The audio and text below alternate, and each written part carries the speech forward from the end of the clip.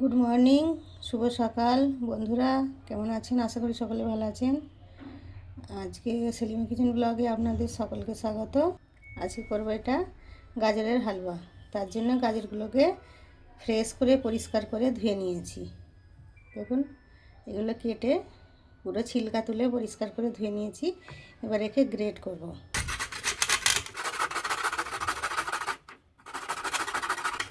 আমি এটা গ্রেট করে করছি। আপনারা চাইলে একে সেদ্ধ করেও করতে পারেন, ছোট ছোট করে কেটে কুকারে সেদ্ধ করে করতে পারেন, কিন্তু আমি আজকে এটা অন্য রকম পদ্ধতিতে করে দেখাবো আপনাদের। সেজন্য এটাকে গ্রেট করছি। 1 কিলো করলে অল্প হয়ে যাবে, বাড়ির সকলের কম পড়ে যাবে, সেজন্য 1.5 কিলো নিয়েছি। এগুলোকে আমি সব কুচে নিই, এরকম গ্রেট করে নিয়ে তারপরে দেখাচ্ছি আপনাদের। গাজর সব হয়ে গেছে,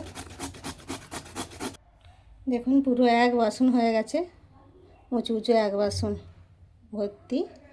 এবার একটা গ্যাসের চুলায় কড়াই বসিয়ে দেবো, দিয়ে এটাকে করে নেব। এটা আমার ঘরের তৈরি ঘি, সেদিনকে করেছিলাম। দেখুন ঘিটা গরম হয়ে গেছে। এবারে গাজরগুলো দিয়ে দেবো আস্তে আস্তে, অল্প অল্প করে দেবো।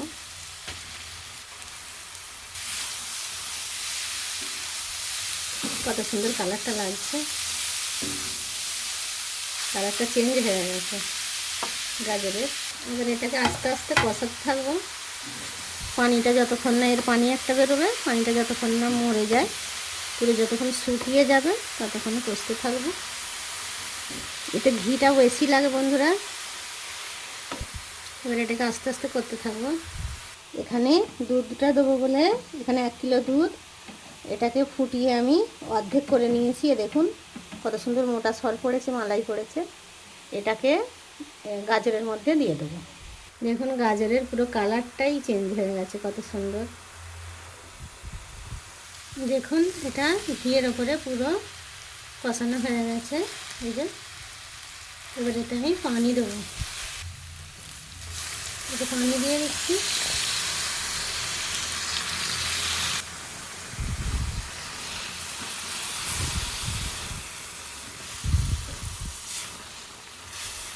এই পানি দিয়ে এটা সেদ্ধ করে নেব।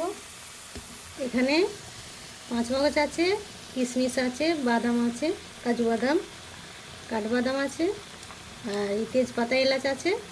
এখন আমি দেবো এই 5 মগজটা দেবো। এবারে 2টো তেজপাতা দিয়ে দিচ্ছি। এখানে 4 পিস এলাচ আছে, এলাচটা দিয়ে দেবো। এই যে মুখগুলো ফাটিয়ে নিয়েছি, নিয়ে দিয়ে দিচ্ছি।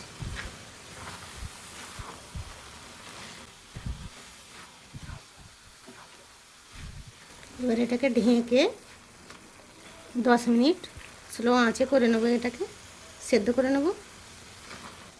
এটাকে আস্তে আঁচেই সেদ্ধ করতে হবে, জোরে আঁচে করলে হবে না, এটা তলাটা ধরে যাবে। চলুন এবারে আপনাদের একটা জিনিস দেখাবো।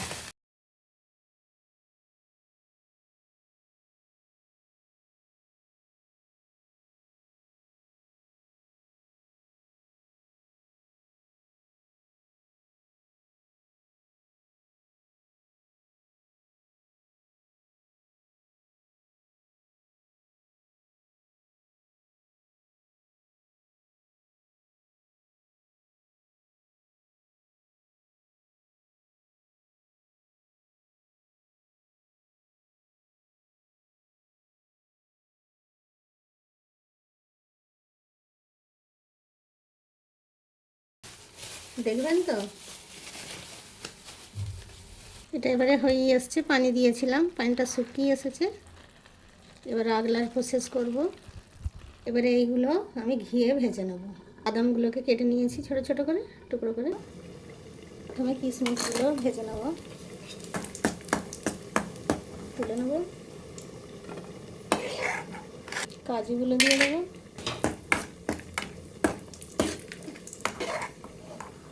এবারে বাদামগুলো দিয়ে দেবো। দেখুন গাজরটা সেদ্ধ হয়ে পুরো রেডি হয়ে গেছে। এবার এতে আমি এই দুধটা আস্তে আস্তে দিয়ে দেবো। পুরো সরটা দেখুন পুরো মোটা হয়ে কত সুন্দর পড়েছে। এই যে এবার এতে আপনারা মিল্ক মেড দিতে পারেন, খেজুরের গুড় দিয়ে করলে তো আরও টেস্টি হবে শীতকালে। এখন দুধটা শুকিয়ে গেলে চিনিটা দেবো। এবার এতে আমি চিনিটা দিয়ে দেবো।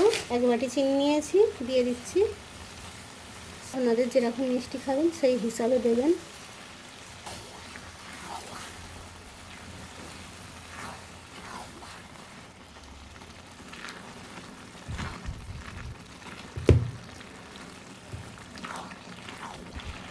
এখানে 1 চামচ খোয়া দিয়ে দিচ্ছি, 1 চামচ আর একটু বেশি দেবো। মিষ্টিটা আমাদের পুরো পারফেক্ট আছে। আপনারা আপনাদের হিসাব মতো মিষ্টিটা দেবেন। একটু মিষ্টি মিষ্টি না হলে আবার টেস্ট লাগে না, একদম ফিকা ফিকা ভালোও লাগে না। দেখুন এবারে হালুয়াটা হয়ে গেছে। দেখুন বন্ধুরা, হালুয়াটা পুরো রেডি হয়ে গেছে। যখন দিলাম পুরো 1 কড়া, পুরো এখনও অর্ধেকেরও কম হয়ে গেছে। এবারে এই বাদামগুলো দিয়ে দেবো, কাজুগুলো দিয়ে দেবো, ভেজে রেখেছিলাম ঘিয়ে। কিশমিশগুলো দিয়ে দিই। যত ড্রাই ফ্রুট দেবেন তত খেতে ভালো হবে। এবার আমি গোলাপ জামুন দিয়ে দেবো। দেখুন বন্ধুরা, গাজরের হালুয়াটা রেডি হয়ে গেছে আর কত সুন্দর লাগছে, খেতেও সেরকম টেস্টফুল। ভিডিওটা যদি ভালো লাগে অবশ্যই লাইক করবেন, শেয়ার করবেন আর একটা ছোট্ট লাইক দিবেন। আর আজকের মতো এখানেই। আল্লাহ হাফেজ।